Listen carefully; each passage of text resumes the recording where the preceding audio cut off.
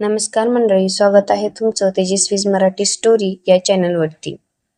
आजची कथा आपण प्रत्येक लग्न झालेल्या मुलीच्या स्वप्नांचं काय होतं तिच्यावर आधारित आहे. लग्नानंतर तिच्या स्वप्नाचं काय होतं? मित्रांनो, काही स्वप्न अशी असतात जी कधी मरत नाही, ती फक्त योग्य वेळेची वाट पाहत असतात. सोनाली एका छोट्या गावात वाढलेली हुशार आणि अभ्यासू मुलगी. घरची परिस्थिती साधी होती, पण तिची स्वप्न मोठी होती. तिला चांगली नोकरी करायची होती, स्वतःच्या पायावर उभं राहायचं होतं आणि आईवडिलांचं नाव उज्ज्वल करायचं होतं.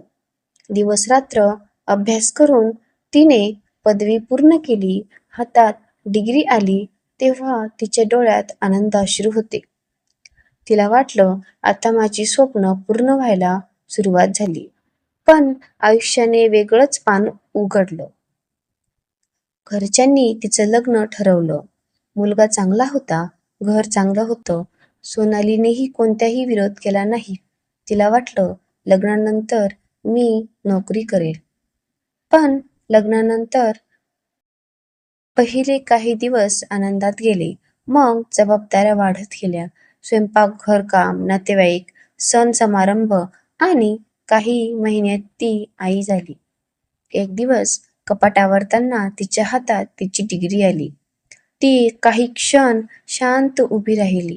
तिने पदवीवरील धूळ अलगद झटकली आणि तिच्या डोळ्यातून नकळत अश्रू वाहू लागले. मी तुला किती स्वप्नांनी मिळवलं होतं, पण आज तू कपाटात बंद आहेस. त्या रात्री ती खूप रडली. दुसऱ्या दिवशी तिचा मुलगा शाळेतून आला. शिक्षकांनी दिलेला निबंध लिहायचा होता. निबंधाचं माझी आई या विषयावर आधारित होता. रात्री मुलाने निबंध वाचायला सुरुवात केली. माझी आई खूप चांगली आहे. ती सगळ्यांची काळजी घेते. पण मला वाटतं माझी आई अजून काहीतरी करू शकते. कारण मी तिच्या कपाटात एक डिग्री पाहिली आहे. हे ऐकताच सोनालीच्या डोळ्यात पुन्हा पाणी आलं. तिचा नवरा शांतपणे तिच्याकडे पाहत होता. तो म्हणाला, सोनाली, तू कधीच मला सांगितलं नाहीस की तुला अजूनही नोकरी करायची आहे. ती हसत म्हणाली, आता उशीर झाला आहे. तो म्हणाला, स्वप्नांसाठी उशीर नसतो. उद्यापासून तयारी सुरू कर. दुसऱ्याच दिवशी त्याने मुलाची जबाबदारी काही वेळ स्वतः घेतली. सासूबाईंनीही साथ दिली. सोनालीने पुन्हा पुस्तक उघडली. सुरुवातीला खूप कठीण गेलं. अनेक गोष्टी विसरल्या होत्या. लोक टोमणे मारत होते.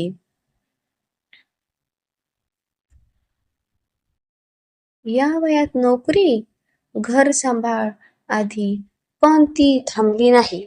6 महिन्यांनी परीक्षा दिली आणि निकाल लागला आणि तिची सरकारी नोकरी लागली.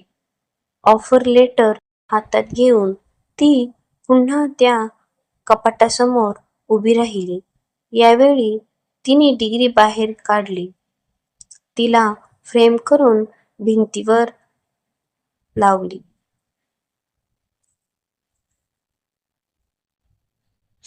कारण आता ती फक्त कागद नव्हती, ती तिच्या जिद्दीचा पुरावा होता. त्या दिवशी तिचा मुलगा म्हणाला, आई, मला तुझा अभिमान आहे. सोनालीच्या चेहऱ्यावरचं हसू पाहून तिचा नवरा म्हणाला, तुझं स्वप्न फक्त तुझं नव्हतं. आता ते आपल्या संपूर्ण कुटुंबाचा अभिमान आहे. लग्न झालं म्हणून स्वप्न संपत नाहीत. जबाबदाऱ्या वाढतात, पण इच्छा मरत नाहीत. योग्य वेळ, मेहनत आणि कुटुंबाची साथ मिळाली तर कपाटात बंद झालेली पदवी ही एक दिवस यशाची ओळख बनते. मैत्रिणींनो, तुमचीही काही स्वप्न लग्नानंतर अपूर्ण राहिलेली असतील, तर तुमचे परिवार जर तुम्हाला साथ देत असतील, तर उठा आणि तुमच्या स्वप्नांना पुन्हा साकार करा. पुन्हा एक चान्स मिळवा. अशा भावनिक कथा ऐकण्यासाठी चॅनेलला सबस्क्राईब करा. धन्यवाद.